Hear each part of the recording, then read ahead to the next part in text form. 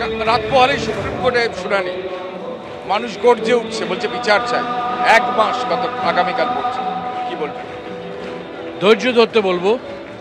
এটা সবাই জানেন যে এভিডেন্স ট্যাম্পার হয়েছে, এটা আমার কথা নয়, সবাই জানেন, যারা একটু বোধ আছে ছোটরাও জানেন। কাজেই ঠিক এভিডেন্স না পেলে অনেক সময় লাগবে এটাকে ডিকোড করতে, এটাকে সলভ করতে। মাথায় রাখতে হবে কাসাবের ফাঁসি হতে বোধহয় 5 বছর লেগেছিল। হ্যাঁ, কাজে এখানে সময় দিতে হবে, কিন্তু জাস্টিসটাও দিতে হবে, ত্বরান্বিত করতে হবে এবং তাড়াতাড়ি করে করতে হবে। মানুষের আবেগের চাপ নিশ্চয়ই সুপ্রিম কোর্টের ওপর আছে এবং সুপ্রিম কোর্টের দায়িত্ব একটা দৃষ্টান্তমূলক শাস্তি দেওয়ার প্রত্যেকটি মানুষ চাইছেন। এবং আমি একটা কথা বলতে পারি, এমন কোনো রাজনৈতিক দল বা এমন কোনো ব্যক্তি নেই যারা জাস্টিস চান না, কিন্তু যারা এই অন্যায়ের সাথে জড়িত, যারা এই অন্যায়কে প্রশ্রয় দিয়েছেন, এভিডেন্স ট্যাম্পার্ড করেছেন, তাদের শাস্তি কিন্তু ধর্ষকের সমতুল্য। এটা কিন্তু সুপ্রিম কোর্ট নিশ্চয়ই সেই দিকেই যাবে, নইলে এই মানুষ, তার এই আবেগ, তার এই যন্ত্রণা, এটা কিন্তু কমবে না।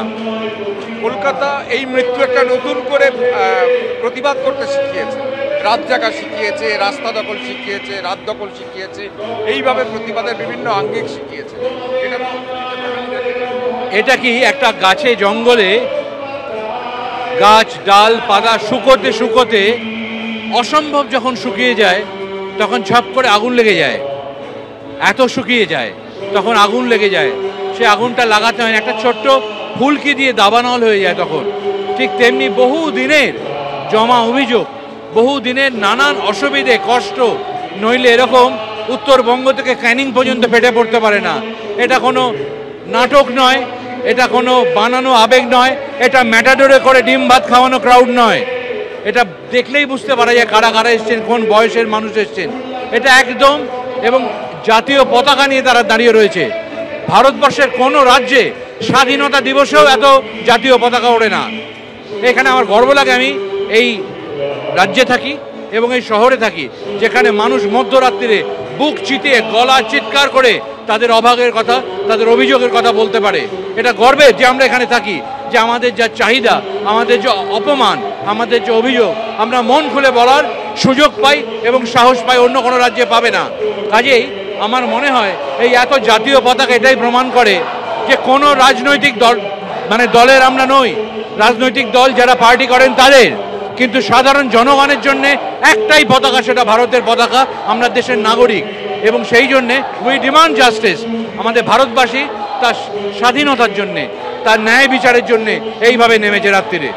বাংলা কোনোদিনও দেখেনি, ভারতবর্ষ কোনোদিনও দেখেনি একটা রাজ্যে স্বাধীনতা দিবস ছাড়া এত জাতীয় পতাকা উঠতে পারে। আমরা আমাদের প্রাথমিক পরিচয়ে এসে দাঁড়িয়েছি যে আমরা ভারতবাসী, আমাদের প্রাথমিক পরিচয়। তারপর কে কোন দলে ভোট দেয়, কে কোন দলে পার্টি করে, সেটা সম্পূর্ণ তার ব্যক্তিগত। আজকে আমাদের যখন শিরায় টান পড়েছে, যখন মেরুদণ্ডে লাথি লেগেছে, আমরা উঠে দাঁড়িয়েছি ভারতবাসী হিসেবে। এবং আমার গর্ব হয়, আমি এই এমন একটা শহরে থাকি যেখানে আমরা বুক চিতিয়ে বলতে পারি যে আমরা কি চাই, কি পছন্দ করি না। আমরা ভয় পাই না, মধ্যরাত্রে দাঁড়িয়ে বলতে পারি যে আমাদের এটা প্রয়োজন এবং আমাদের সেটা চাই।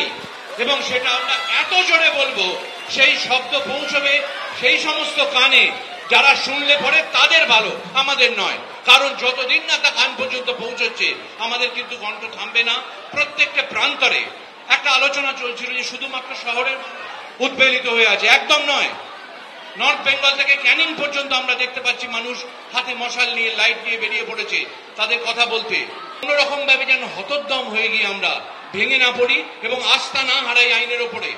যতক্ষণ না বিচার আসছে, যতক্ষণ না সঠিক বিচার আসছে, ততক্ষণ এই বিরাট কোরাস সারা বাংলা জুড়ে যেন বলতে পারে, উই ওয়ান্ট